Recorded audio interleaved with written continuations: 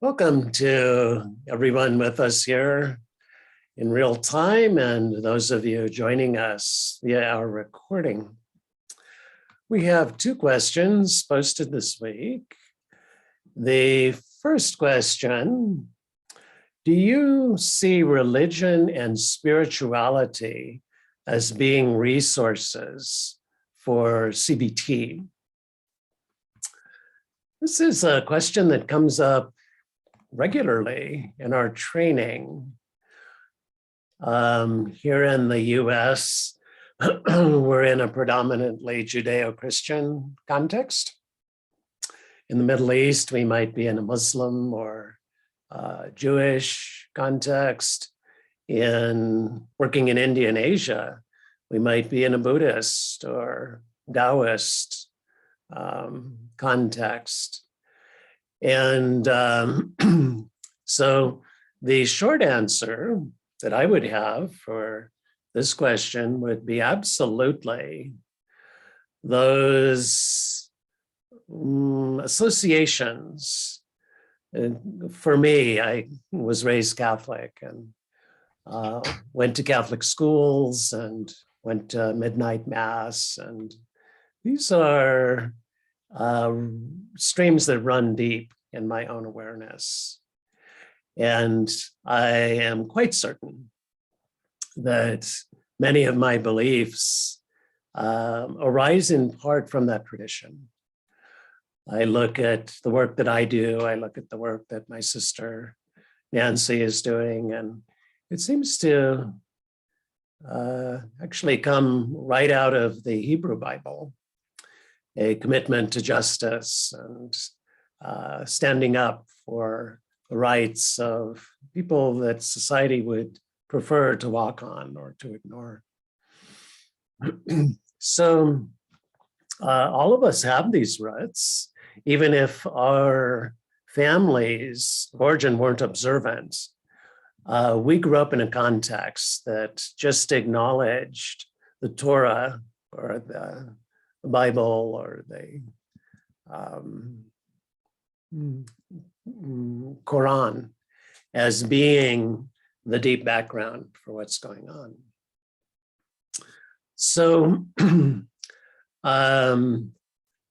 I'll speak first to the way in which I see that getting in the way of the work that we do. That would be the other side of the equation. Religion can become an obstacle to our development or to delivering cognitive behavioral therapy. There's a term you might have heard, spiritual bypassing, that comes up quite a bit in Zen circles, where someone is, say, anxious or depressed or unhappily married or chemically dependent or suffering some kind of psychopathology. And instead of addressing it, the person might say, well, I will just sit more. I'll do more retreats. And a good Zen teacher will sniff that out and realize this isn't a commitment to the practice, isn't bodhicitta, would be the Sanskrit word, a desire to go the way. This is avoidance. Person doesn't want to be at home. Person doesn't want to go back to school and finish that degree. This person doesn't want to look at the fact that they're very depressed. And that sharp-eyed teacher will recommend to the student, go take care of that first piece of business and then come back. If you want to. It could be to the extent that a religious observance was principally a form of avoidance. When the person's no longer avoiding, they may not be interested in religion or in spiritual practice. So occasionally this comes up in the psychotherapy that I'm doing with someone, where I'm just making this example up. But let's say that someone's being abused in a relationship. And they tell themselves and tell me, well, the Bible tells me that women should honor their husbands. And if I'm suffering, it's probably my fault. I'm not being a good enough Christian. So these are interesting moments where a religious experience or foundation will emerge in the therapy as a form, we could say, of process resistance. I don't want to confront my spouse who's treating me in an abusive way. And I'm telling myself, it would be wrong for me to do that because I would be going against God's word. Now, I'd like to differentiate religion and spirituality. So all of the great world paths that I've mentioned and all of the others, the indigenous paths in North and South America, in Australia and elsewhere, have two dimensions. One is the form. As a Catholic, that was you went to Mass on Sunday, you went to confession, you were baptized by a priest and so forth. That's the institutional form, which I think of as the religious side of things. Now, that form may or may not be a delivery mechanism for spirituality. The spirit of the law, the Hebrew Bible speaks to this as well, is quite distinct from the letter of the law. And I suspect that most observant religious people have very little interest in spiritual development. It's more of a social commitment, or I have to baptize my child so that they can get into the Catholic school. And that's a better school than the other schools in my town, that kind of a thing. So at the level of spirituality, and at this level, all of the delivery mechanisms deliver the same thing. There's only one ocean. There's not a Buddhist ocean and a Jewish ocean and a Catholic ocean. There's one ocean. And when we are dropped into it, we realize that this is the nature of our living and dying. Before any confessional expression of that, this is the thing itself. Now, spiritual experience, I have never seen as an obstacle to a CBT. I actually see it as a kind of end point. Once we've cleared away the negative thinking and negative emotion that the Buddha referenced, looking up and seeing the morning star, he was quoted as saying, "Oh, everyone's already enlightened. It's just that they obscure that because they're focusing on negative thoughts and negative emotion." So not all patients are interested in continuing on to that end point. They may just want to feel less depressed or less anxious or have less conflict in their marriage or something like that. But not irregularly. I pick up, and if I pick it up, I talk with the person about it. In fact, I did this morning. I'll talk to the person and say, it seems to me that in part what you're looking for is a spiritual path, and see if that resonates with them. And if it does, and they don't have their feet on the path, that was the case with my patient this morning, was raised in an Asian culture under one religious thing, but then was sent to a Jesuit boarding school and got the Catholic side of things, but then became a practicing Buddhist, et cetera, et cetera. So he has been down many roads. I don't think he's really engaging any of them right now. And the therapy, which has gone quite well, is now bumping up against this sense of I'm not connected to God in the way I would like to be. And as a result, I'm not connected to other people in the way that I would like to be. So I said to him, we could certainly pick those moments in time where you're feeling that disconnect, that alienation, that isolation from the big picture of human living and dying, and see what CBT could bring to the table. I also said, I would encourage you, since you don't have a trusted spiritual guide or teacher or guru or whatever that word would be, to look around. When you're ready for that person will be right there. This is an old truth that goes back to the beginning of human history. And I can help you on the psychological side of things, but I'm not your guru. I'm not your confessor. I'm not your spiritual advisor. I have those people who I can turn to, and that's been hugely important. That's been critically important for my development as a human being, as a spiritual being, and also hugely important as a person who has negative thoughts and gets into self-defeating behavioral patterns, to have a backdrop where I can understand those moments. I can't imagine living my life without that. We have folks with us from a number of backgrounds and religious traditions, and would love to invite Carol and Yuda and Heather to weigh in and maybe share your experience of the role of religion/spirituality in the clinical work you're doing and perhaps in your own life as well.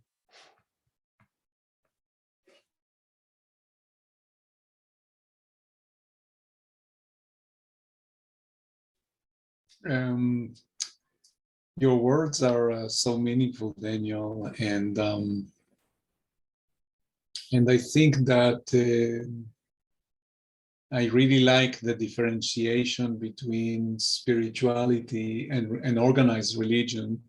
I think once in one of our groups we discussed the crab metaphor, or the lobster that is very hard outside and the softness is inside, whereas snakes get a very bad, they don't have a good name, but they are very strong inside and there's softness outside. So there's a strong vertebra. The snakes are not worms. So spirituality is more like that, in the sense that it's inner, and you don't need the outer shell of their shoulds or shoulds of your religion.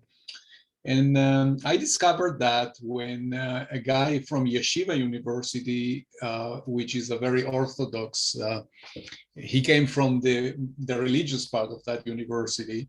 He was also a Tai Chi master, and he arrived and spoke a lot about the spiritual traditions of his Chinese teacher. And I said, "Oh, you are a very religious Jew, and it seems that you take a lot of learning." He said, "Oh, all religions are the same. It's all outer shells." So when somebody is spiritual, it doesn't matter what he's dressed with, you can find that. Some people in treatment, you find that they are very attached to their philosophies, their ideas, their tradition, and I think it has a lot to do with our fear of death and the need to transcendence. At least I belong to something that will continue, and so that's a drama that appears as a hidden emotion here and there in treatment. And another thing is that me strongly believe that we are ambivalent about everything. We have these two opposing forces. So in Judaism, the metaphors I use with religious people and are very helpful is the Yotzer Hara, which is the evil incline, which is Jung's shadow. So it's basically words that describe the same thing, but in this tradition or that tradition, they are used differently. So my my advice for everybody is that when you have somebody not from your religion, investigate some of the, and even ask them, so what it means to you doing falling, like in Christianity, there's a lot of, or at least in Protestantism, I know, fall. What is it for you? And so it can be helpful to create a whole semantic field of common understanding and making mistakes and learning from client to client. So thanks, Daniel. Thanks, Judah. Heather, I saw your note about needing to exit early. Do you have something you'd like to add to our conversation? Thanks, Daniel. Yeah, I have about a billion thoughts, so I hope that I say something coherent. I was really moved, really to tears by actually both what you and Yehuda were talking about.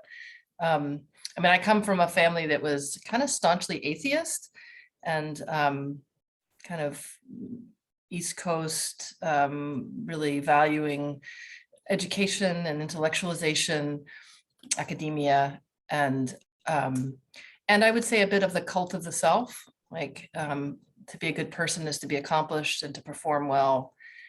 And I was resonating with what you talked about, like having done psychotherapy work, sort of that leads to this spiritual stream, because, you know, we might seek help because we want relief from symptoms, but ultimately we want a meaningful life. I value the tradition I came from, but I think it is spiritually impoverished, or at least as it got filtered down to me. I don't think everyone in that tradition is spiritually impoverished, but the way I was holding it sort of was trending towards narcissism and just towards being admired as the end goal. And so there's something about, I think, thought and language that, you know, it creates a structure for us to experience the world. And we can also think of that structure as like a cage. It's limiting.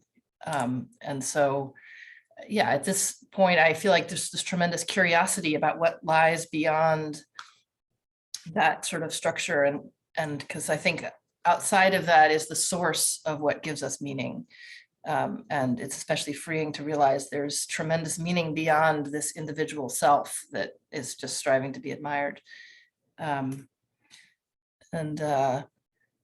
Yeah, I do think that psychotherapy can kind of often starts from this relief of symptoms, release of suffering standpoint, but if it's successful, will hopefully lead to this deeper question of meaning. And some people might find that very clearly in front of them in the lives they've already built through their relationships and their connection and their work. And some people might not have found that. And so that journey again might take what looks more traditionally spiritual path towards having a teacher or a community or it might be more individualistic kind of exploration, or an exploration that's I don't mean to say individualistic, but exploration that's outside of what we would typically call spirituality. But to me, I guess I'm trying to call this the search for meaning, and the resources in the spiritual path certainly give us a lot for those who choose them. Thanks, Heather. Appreciate you giving us that little window into what was happening in your neck of the woods as you were growing up. That's resonant with me, not from my own experience, but from my colleagues out on the Atlantic seaboard, who seem oftentimes to have grown up in settings that valued high performance and distinguishing oneself from other selves, as opposed to serving other selves or seeing through the arbitrariness of selves. So thank you for helping me see that a little more clearly. I'm also admiring how you've moved on from that and are just open to other roads forward and larger experiences of meaning and who you are. It's inspiring for me to see that you have been able and willing to bring that forward. Can I chime in a little bit, Daniel? That was so interesting, Heather, what you were saying, because as Daniel was talking, I was thinking about the few patients that I've had that do identify as atheist and really eschewed this idea of them being spiritual. But once they talked about once it came up, that you could see their morals and their ethics, at least in these particular individuals that I worked with, they really kind of had hearts of gold, and they really did have good ethics and morals. And in a way, that was their spirituality, so to speak. Maybe they wouldn't call it that. But they were doing things to do the thing that's the right thing to do, or the helpful thing to do, maybe even the altruistic thing to do, not because this was something ascribed by a religious tenet, but just because it's logical and makes sense, and we all have to help each other. Nobody can live on an island. It wasn't done in a way to reach the gates of heaven. It was done because they saw it as compassionate, helpful, necessary. And so in many ways, I enjoy these patients as much or more as the ones that describe themselves as religious or spiritual or were on that path. Because, I wanted to honor what their belief system was. And some of them was, oh, I see hell, it's right here on earth, which I can totally relate to. There's lots of times and places where hell is right here on earth. So I think we do have to be careful with our patients and not assume that they have this necessarily spiritual religious background or don't, and what that might mean. We have to be curious and find out more about that person and what is their quest. And as long as that's healthy and is working for them, to me, I'm fine with that. So I just wanted to chime in there about that. Thanks, Carol. I appreciate your pointing out that we're talking about psychology, talking about spirituality, talking about religion. These are language games. And as Wittgenstein pointed out to us, the words don't have meanings. The words have a use. So what is it that we're doing when we talk about our spiritual practice, our atheism, and so forth? And appreciate your reminder that instead of assuming we know what that language game is, because we know what game we'd be playing, we said, I'm an atheist, I'm a Buddhist, I'm Jewish. Well, let's be curious and hear from the horse's mouth, if you will. What's that game? And then is there something in that world that the person would want our help with? And then we could make the decision. Yeah, I think I can help you with that. Or as sometimes happens for me, I say, no, I think a spiritual director could help you with that. I'd encourage you to look around and find one. Other questions or comments about CBT, religion, spirituality?